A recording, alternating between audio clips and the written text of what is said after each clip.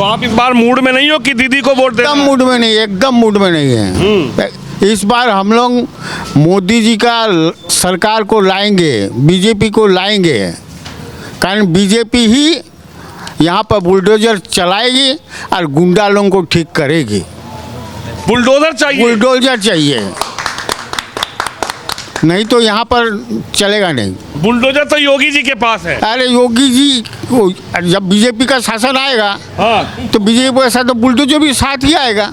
अच्छा। अब बिहार में बुलडोजर नहीं था, हाँ, इस पर आ गया ना। मंगवा लेंगे योगी जी, मंगवा लेंगे हम लोग। अच्छा, मंगवा लेंगे जोगी जी को हम लोग वहाँ से यहाँ ले आएंगे।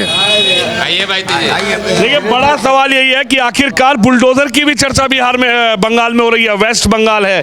भाई साहब इनसे बात, चलिए इनसे बात कर लेते हैं। अच्छा, आपसे बात कर लेते हैं, क्या नाम है आपका? श्याम सुंदर मल। अच्छा श्याम सुंदर जी, क्या माहौल है इस बार बंगाल में, खासकर वेस्ट बंगाल का विधानसभा क्षेत्र का? परिवर्तन होना चाहिए, परिवर्तन होगा। किसको देख रहे हैं परिवर्तन में? अब है यहाँ पर दो ही है, ममता दीदी के साथ बीजेपी है, और तो कोई है नहीं। अच्छा, सीधी लड़ाई है दोनों की, कांग्रेस का नामो निशान नहीं है, कांग्रेस तो खत्म है एकदम।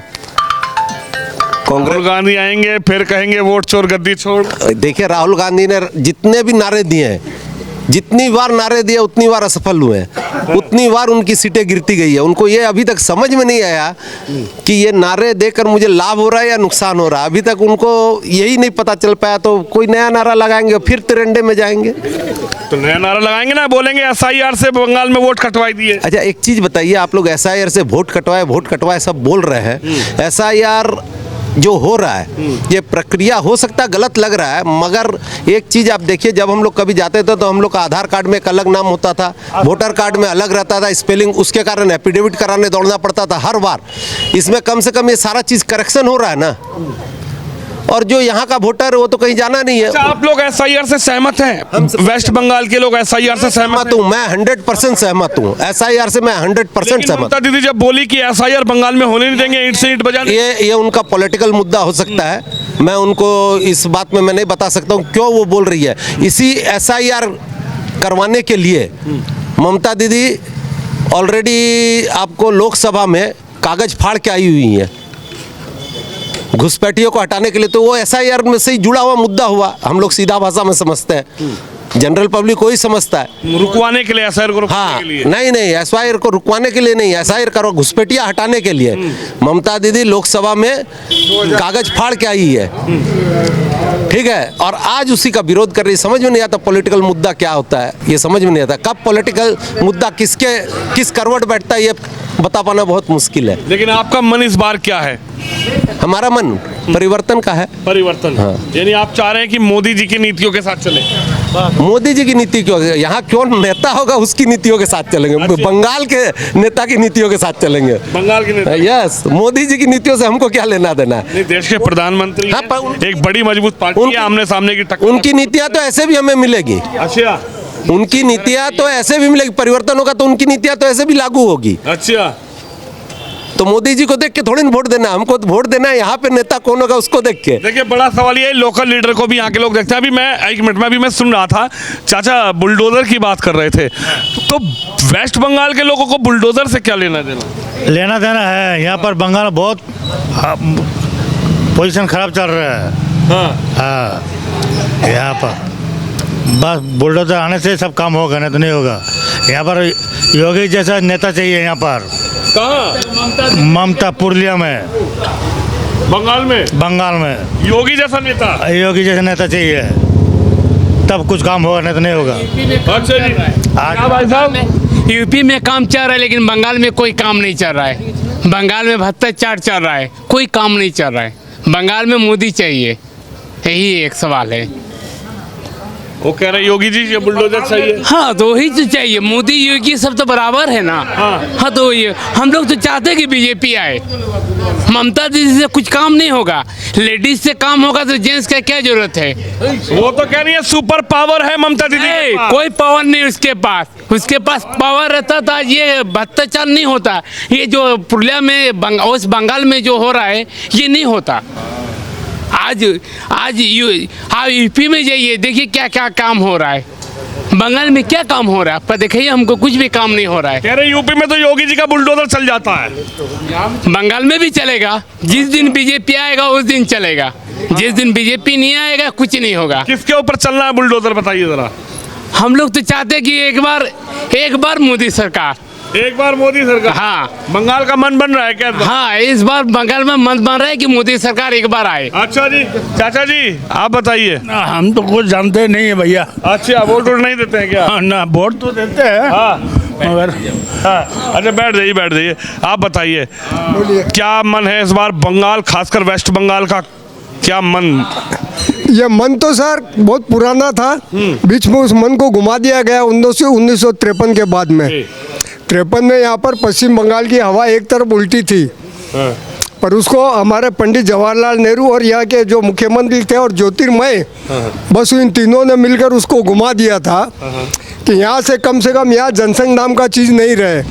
परंतु उसके बाद आज जो मुद्दे चल रहे हैं कि वोट चोर का फैसला तो जगमोहन लाल सिन्हा आपको इलाहाबाद हाईकोर्ट का जज 13 जून 1975 में ही दे दिया था कि वोट चोर कौन है, हमको देने का जरूरत ही नहीं है। 13 जून 1975 को 10:46 पर उसका जजमेंट आया था इलाहाबाद हाईकोर्ट के जज का कि श्रीमती इंदिरा गांधी अवैध वोटों पर और वोट खरीदकर चुनाव जीती है।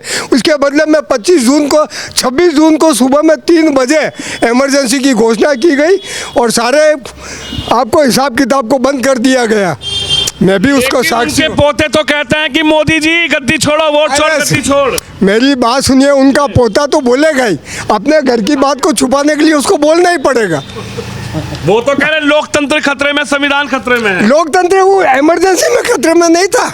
18 महीना मैं भी भुगत भोगी हूँ इमरजेंसी का, हमको ये मत समझाइए, हम भुगत भोगी है। आप ही जेल गए हैं? हाँ, 3 दिन। लेकिन जब राहुल गांधी ये कहते हैं कि देश संविधान से चलेगा, मोदी की नीतियों से नहीं चलेगा, भ्रष्टाचार से नहीं, उनका संविधान क्या है वो तो बताए। हाँ। उनको संविधान का वो एक छोटा किताब लेके घूमने से संविधान थोड़ी होता है, संविधान को खोजना पड़ता है। भीमराव अंबेडकर को तो आपने चुनाव में हरवा दिया और उस भीमराव अंबेडकर के संविधान की बात करते हैं। बम्बई में 1952 का इलेक्शन में भीमराव अंबेडकर को हराने के लिए कांग्रेस ने अपना कैंडिडेट दिया कि भीमराव अंबेडकर क्यों जीत जाए, और आज भीमराव अंबेडकर का नाम लिया जा रहा है। बताइए अब क्या मन चल रहा है, क्या मूड चल रहा है? ममता दीदी चौथी बार सीएम या इस बार बदलाव की बहार? इस बार पश्चिम बंगाल में 99.99% बदलाव होगा और पश्चिम बंगाल नहीं, तमिलनाडु में 20% से ज़्यादा वोट बीजेपी लेगी। केरला में बीजेपी कम से कम 25% वोट लेगी इस बार, जो कभी असंभव था, संभव को असंभव बनाया जाएगा इस बार। ऐसा क्यों, ऐसा क्या नजर आ रहा है? पब्लिक को नजर आ रहा है, पब्लिक देख रहा है कि एक स्थायी सरकार चाहिए देश में, अस्थायी सरकारों से काम नहीं होगा। और हमको दूसरी बात है, यहाँ पर जो तुष्टीकरण हो रहा है हमारे देश में, चाहे कांग्रेस हो, CPI हो, CPM हो, चाहे आपका जितनी सेकुलर पार्टी, छोटी जितनी वंशवादी पार्टी है, वो सारा इसी काम में लगी हुई है, अपना परिवार का पेट भरना है। हम एक बात बोल रहे हैं, लालू प्रसाद यादव के बाद क्या तेजस्वी बन पाएगा? कभी नहीं बनेगा। मुलायम सिंह का गद्दी क्या अखिलेश ले पाएगा? नहीं ले पाएगा। ये सिर्फ पैसा बनाने के लिए, बाकी यादवों को तो बुलाया जा रहा है। क्या बीजेपी में यादव नहीं है? हरियाणा और राजस्थान के यादव बीजेपी को वोट देते हैं। अब मध्य प्रदेश में मुख्यमंत्री मोहन यादव है, बना है। राजस्थान अलवर जिला पूरा यादव बहुल क्षेत्र है, वहाँ हरदम बीजेपी का जसवंत यादव जीतते थे पहले और अभी भी यादव जीतता है वहाँ। सारा यादव बीजेपी को वोट देते हैं। हरियाणा में यादव बीजेपी को वोट देते हैं। दूसरा पश्चिम बंगाल में इस बार जनता किसको वोट करने वाली? पश्चिम बंगाल में जनता देखिए 99% 99 कमल खिलेगा। कमल खिलेगा। क्या सब क्या कह रहे थे आप? एकदम बीजेपी आएगा। आप कह रहे थे बांग्लादेश नहीं बनाना है? नहीं, बांग्लादेश नहीं बनाना, हम लोग को हिंदुस्तान में जय श्री राम लेना है। हम लोग का राम भक्त होना चाहिए, नहीं जय श्री राम होना चाहिए। ये बांग्लादेश में जो मुख्यमंत्री है वो जय श्री राम बोलने से बोलते हम लोग को गाली दे रहा है, तो हिंदुस्तानी कैसे हो सकता है? वो तो पाकिस्तानी है। जो भगवान राम को गाली देता है वो हिंदुस्तानी कभी नहीं होता है। कौन? ममता दीदी पूरा नाम पकड़ के बोल रहे हैं, उसका भतीजा अभिषेक बनर्जी, ये लोग पूरा पाकिस्तानी है। हिम्मत है चैलेंज ठोक के बोल रहा हूँ, सीना ठोक के बोल रहा हूँ। राम का नाम नहीं ले सकते क्या आप लोग? हम लोग राम का नाम लेंगे, क्यों नहीं लेंगे? भगवान का नाम है, राम का नाम लेंगे। हम लोग बांग्लादेश को ही पश्चिम बंगाल को बांग्लादेश नहीं बनाएंगे, हम लोग यहाँ पर राम लाएंगे। यहाँ पर राम लाना है, जय श्री राम बोलना है। हर घर में एक ही नाम आएगा, जय श्री राम। सवाल ये है कि जिस तरीके से जो बंगाल की चर्चाएं होती है, वेस्ट बंगाल की चर्चाएं होती है, तो आपके पुरुलिया का जो हाल आरोप लगाते हैं बीजेपी वाले कि साहब बस स्टैंड का बुरा हाल है, गंदगी है, इसमें क्या सच्चाई है? आप लोग तो यहाँ के निवासी हैं, बस स्टैंड की किस तरीके की स्थिति है आपके यहाँ पर? देखिए, जैसा हम लोग को सुनने में आया, जैसे हम लोग देखे हैं, हम लोग का इन्वॉल्वमेंट है नहीं इसमें। हम लोग बिजनेस करते हैं, उतना जानते नहीं है, लेकिन जैसे सुनने में आता है ये यहाँ पर जो म्यूनसिपैलिटी कॉरपोरेशन है उनका जो फंडिंग सिस्टम है बहुत पुअर है। जो लेबर क्लास का आदमी है, जो फोर्थ ग्रेड का आदमी सब जो है, जो स्वीपर है, वो लोग टाइमली पेमेंट नहीं पाते हैं। उसके बाद जो रोड सब है लोग रेगुलर में मेंटेन नहीं होता है, कुछ नहीं होता है, एक्सीडेंट अक्सर लगा हुआ रहता है। जो चीज़ में आपको प्रायोरिटी देना चाहिए वो चीज़ में आप देते नहीं है। एक तो आदमी जो लैट्रिन साफ़ करेगा ही करेगा, वो 2 महीना 3 महीना 4 महीना उसको सैलरी नहीं मिलेगा, नेचुरली वो स्टॉप कर देगा काम करना। हमको अगर कहीं भी हम काम करेंगे, मेरा भी तो परिवार है, तो हमको तो टाइमली पैसा चाहिए मेरे परिवार को देखने के लिए। 4 महीने इसी वजह से साफ सफाई में बहुत पीछे है, बहुत पीछे, फंडिंग एकदम नहीं है। पानी का कैसा हाल चाल है यहाँ पे? यहाँ पर है मोटा मोटी, अभी पहले से थोड़ा इम्प्रूव किया था, लेकिन अब गर्मी आएगा तो पता चलेगा। गर्मी में बहुत दिक्कत होती है पानी के लिए।